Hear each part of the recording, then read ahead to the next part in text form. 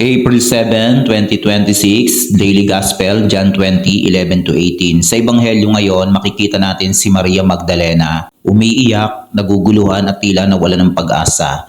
Nakatayo siya sa labas ng libingan, hindi alam kung ano ang nangyari sa katawan ni Jesus.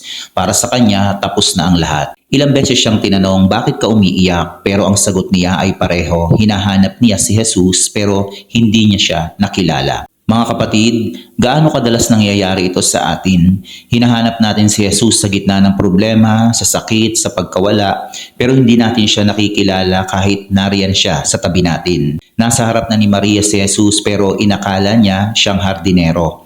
Hanggang sa tinawag siya ni Jesus sa kanyang pangalan, Maria, at ang isang salitang iyon, nagbago ang lahat, nakilala niya ang Panginoon. Ganito rin si Jesus sa atin, hindi lang niya tayo kilala bilang isang grupo, kilala niya tayo sa pangalan. Sa gitna ng ating pag-iyak, takot at kalituhan, tinatawag niya tayo personal, malapit at puno ng pagmamahal. Pero may isang mahalagang bagay, sinabi ni Jesus, huwag mo akong hawakan. Parang sinasabi niya, Maria, huwag kang manatili sa dati mong paraan ng pagkilala sa akin.